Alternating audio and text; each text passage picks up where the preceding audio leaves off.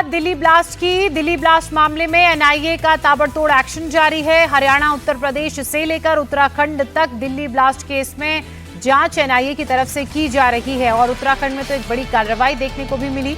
NIA ने हल्द्वानी की Bilali मस्जिद के मौलाना इमाम आसिम और एक संदिग्ध को हिरासत में लेकर पूछताछ की है। दोनों को पूछताछ के बाद हालांकि छोड़ दिया गया। इमाम का मोबाइल और लैपटॉप सब जब्त कर लिया गया। घंटों की पूछताछ के बाद मौलाना को छोड़ दिया गया। एनआईए ने यह कार्रवाई आतंकी उमर के फोन की कॉल डिटेल खंगालने के बाद की। वहीं नैनीताल में भी एक मस्जिद के इमाम से पूछताछ की गई। दिल्ली ब्लास्ट केस में एनआईए की इस कार्रवाई के बाद उत्तराखंड पुलिस अलर्ट हो गई है। हल्द्वानी से लेकर नैनीताल तक टेरर मॉड्यूल का लिंक खंगाला जा रहा है। फरीदाबाद की बात की जाए तो यहां की अल फलाह यूनिवर्सिटी इस जांच का सेंटर बनी हुई है। यहां भी लगातार छापेमार कार्रवाई हो रही है। टेरर मॉड्यूल से जुड़ी डॉक्टर शाहीन शाहिद को लेकर भी कई बड़े खुलासे हुए। टेरर फंडिंग के लिंक भी सामने आ रहे हैं।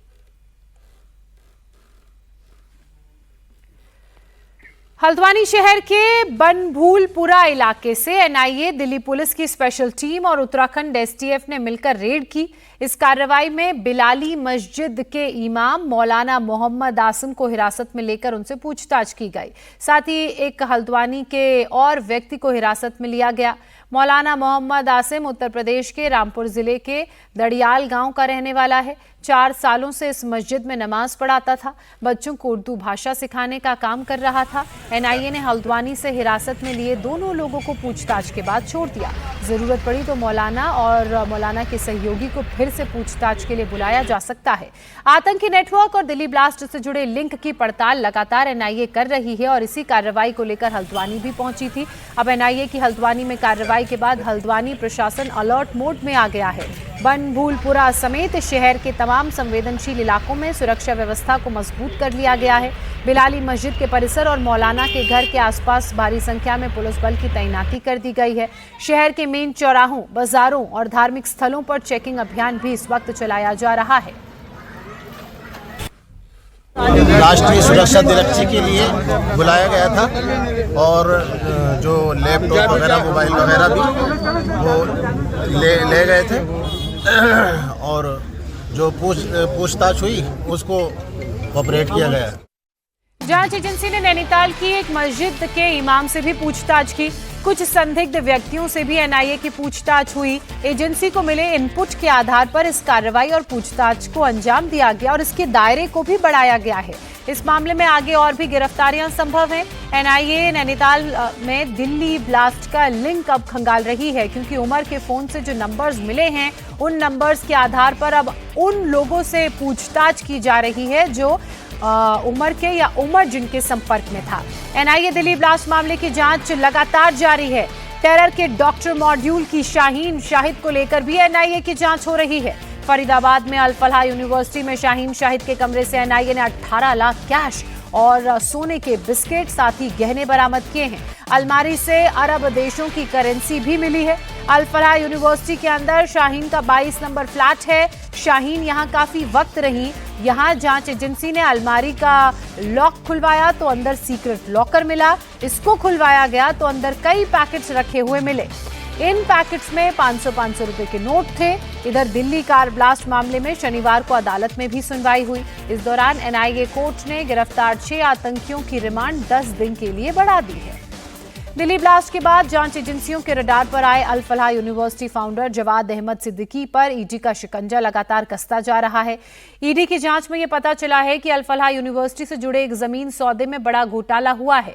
जांच में यह भी पता चला है कि एक जमीन को फर्जी दस्तावेजों के जरिए बेचा गया, ऐसा दिखाया गया और आखिर में यह जमीन तरबिया एजुकेशन फाउंडेशन के नाम कर दी गई, जो फाउंडेशन अल फलाह यूनिवर्सिटी के चेयरमैन जवाद अहमद सिद्दीकी से ही जुड़ा हुआ है।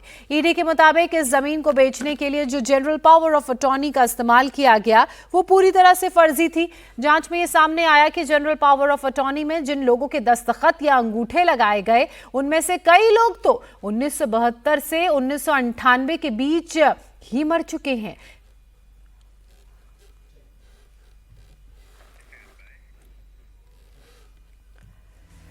आइए इस वक्त की एक और बड़ी खबर राजधानी दिल्ली से ही आ रही है, आपको बताते हैं। दिल्ली के आया नगर से यह खबर, जहां एक शख्स की गोली मारकर हत्या कर दी गई। मरने वाले की पहचान 52 साल के रतन के रूप में हुई है। आया नगर में कई राउंड फायरिंग की गई। डीसीपी के साथ दिल्ली पुलिस और एफएसएल की टीम मौके पर है। इलाके के सीसीटीवी खंगालने का काम हो रहा है और साथ ही लोगों से भी पूछताछ पुलिस की टीम कर रही है। एफएसएल की टीम मौके पर मौजूद सबूत जुटाने का काम कर रही है। 52 साल के रतन की तस्वीर आप देख रहे थे, जिन्हें कुछ लोगों ने गोली मार दी। आया नगर की ये पूरी घटना बताई जा रही है, जहां पर कई राउंड फायरिंग हुई। और दिल्ली के शहादरा इलाके की भी खबर आपको बता देते हैं। यहां पर दरअसल हत्या की वारदात को यहां पर भी अंजाम दिया गया। नाबालिग लड़के की गोली मारकर हत्या कर दी गई। ये वारदात पूर्वी दिल्ली के शहादरा में हुई। मानसरोवर पार्क के पास एक शादी समारोह में लड़के की गोली मारकर हत्या की गई। पुलिस के मुताबिक मृतक की उम्र 17 साल है, जबकि परिजन का कहना है कि उनका बच्चा 14 साल का है। शुरुआती जांच में ये पता चला है कि शादी समारोह में किसी विवाद के दौरान लड़के को गोली मारी गई। पुलिस के बड़े अफसर मौके पर मौजूद थे।